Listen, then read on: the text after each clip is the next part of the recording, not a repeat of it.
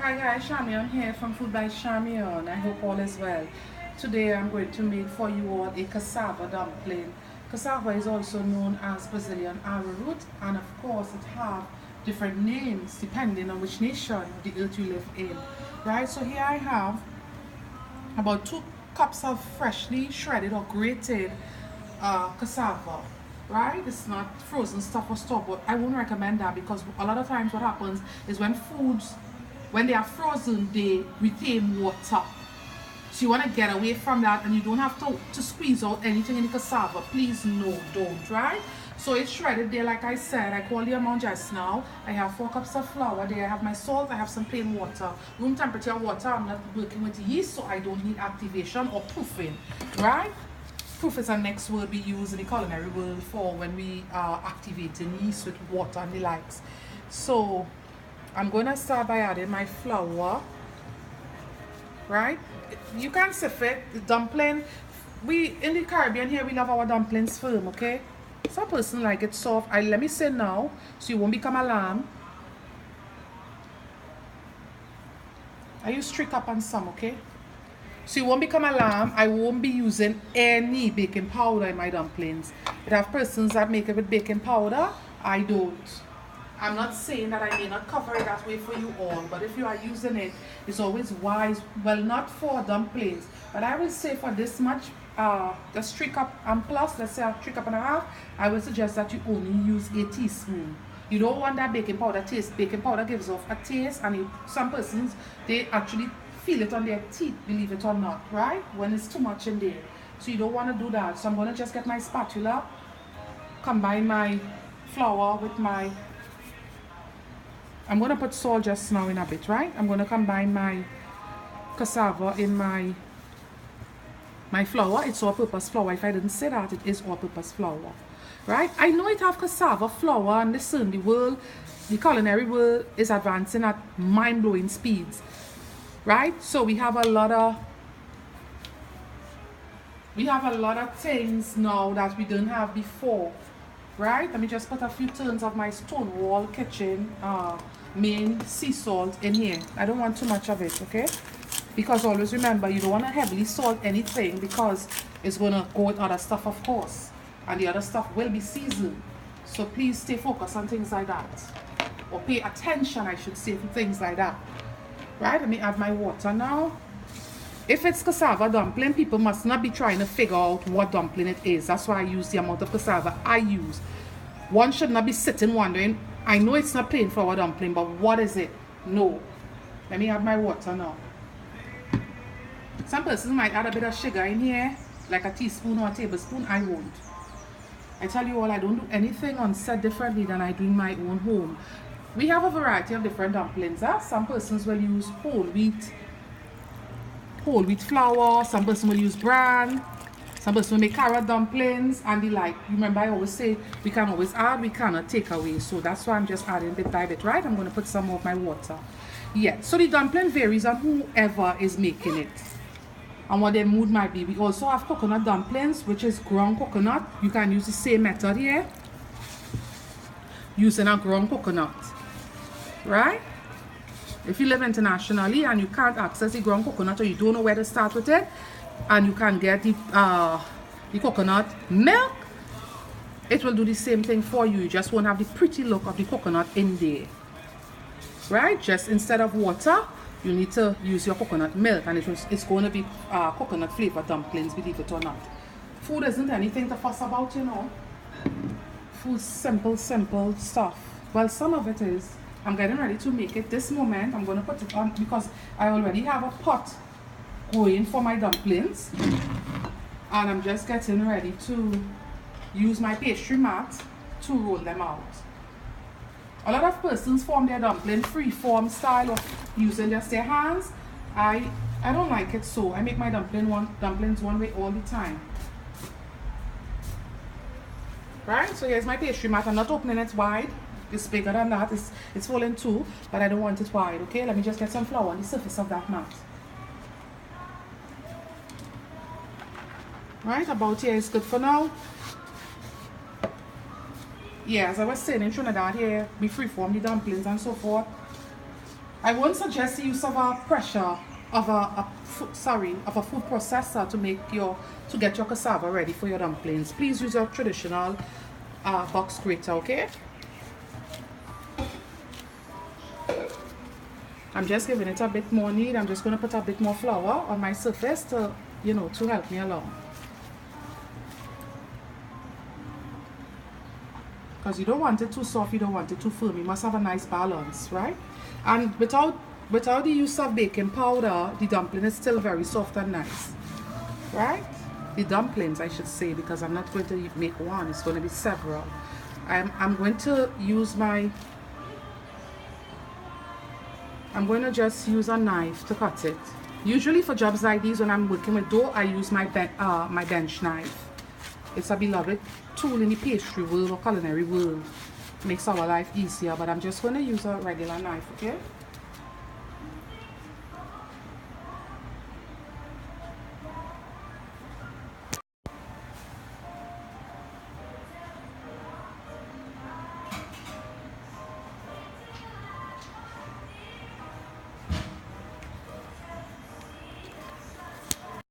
So I got the bench knife. This is what it looks like.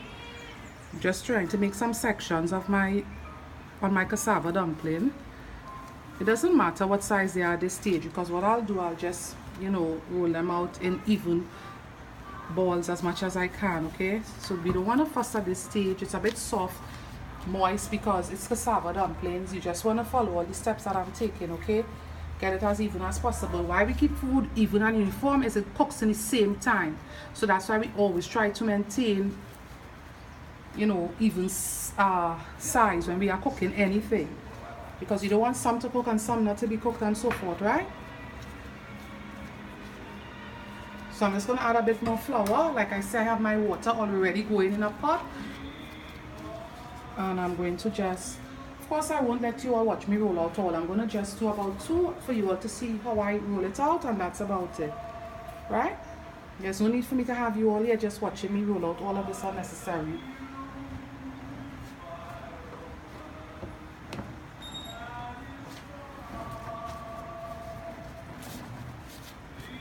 Right, you want it nice size, because what happened is I make my dumplings flat and then I slice them for pretty proper presentation. So I don't just put it regardless of whoever I'm serving, whether kids or not. I don't serve my dumplings whole. It just looks so much better when you take your time and you cut it in even pieces for whoever will be having it. It just makes a lot more sense if you ask me, right? I like things on a certain way, and as I always tell you all, I don't come on here to kid you all. Just so you see me prepare food on demo, that's how I do all the time. There's absolutely nothing that I do differently, right? Some persons will want it thick.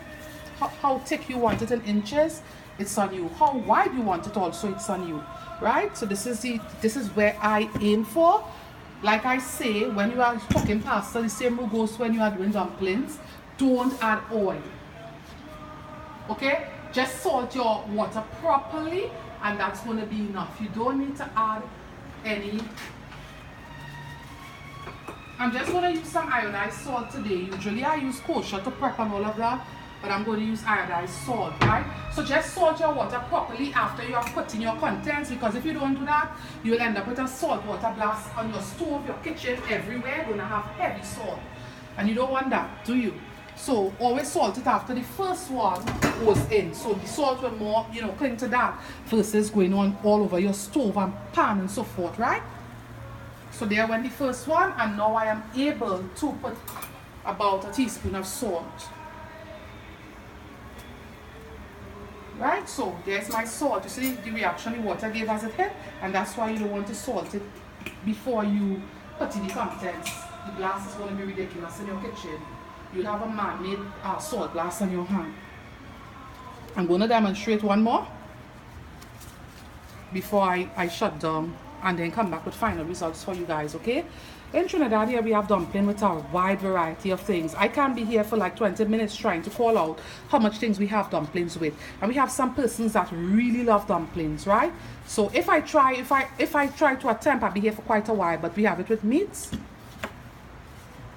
be it fish or poultry. We have it with peas, we have it with callaloo. Listen, like I said, we could be here for a while if I try to call all that we have dumpling with here in the Caribbean. And how can I speak about dumpling and what it goes with without saying crab, curry crab? My fellow Trinidadian might have been screaming, Chamion, crab, crab. I hear you all. I hear you all. Right? So, you saw the size of them. Remember, I told you all that I usually slice my dumpling in 4. So I stack them. I'm going to even show you guys once it's finished cooking. It doesn't take long to cook. Long ago when we were growing up, we heard once the dumpling is floating, it's fully cooked. I don't know much about that, you know. Even still, I want to be real with you guys, because what some persons might consider floating and others, it might not be, right? So I want to stay direct with you all, but you will know, because it's going to come somewhat like how pasta might be. It's not going to be mushy, but you will see a different texture versus how it is now. I will say it won't take less than 50 minutes to cook all of the dumpling that I'm going to at once, right? You might want to know how much this 3.5 cups of flour gave me. There's 2 in the pot, right?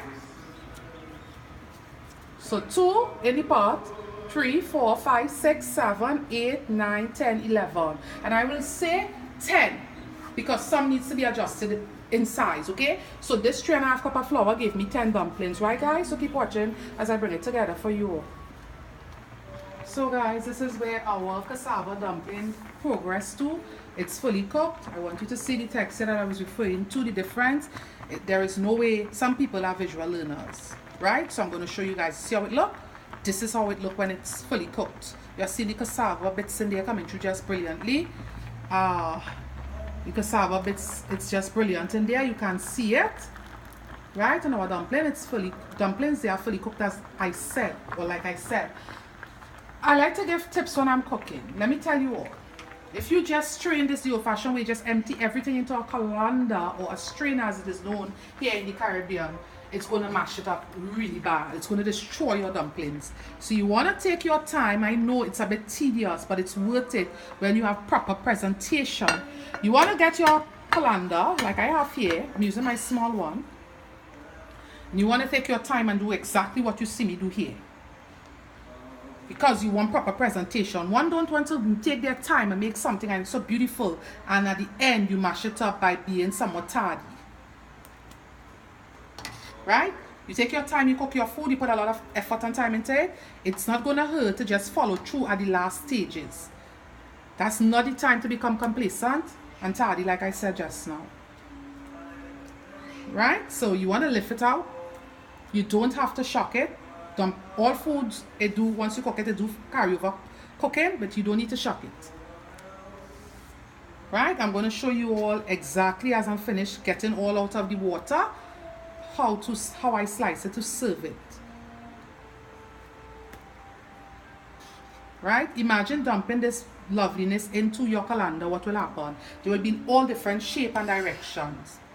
Remember I said in Trinidad we shape it free form with our hands, our dumplings also, right? Remember I covered that, but I didn't do it. This water that I was cooking is really starchy and nice, right? So I'm going to just get my knife and I'm going to show you guys how I serve it. Maybe even if you are serving adults, you can start doing your dumplings this way for presentation.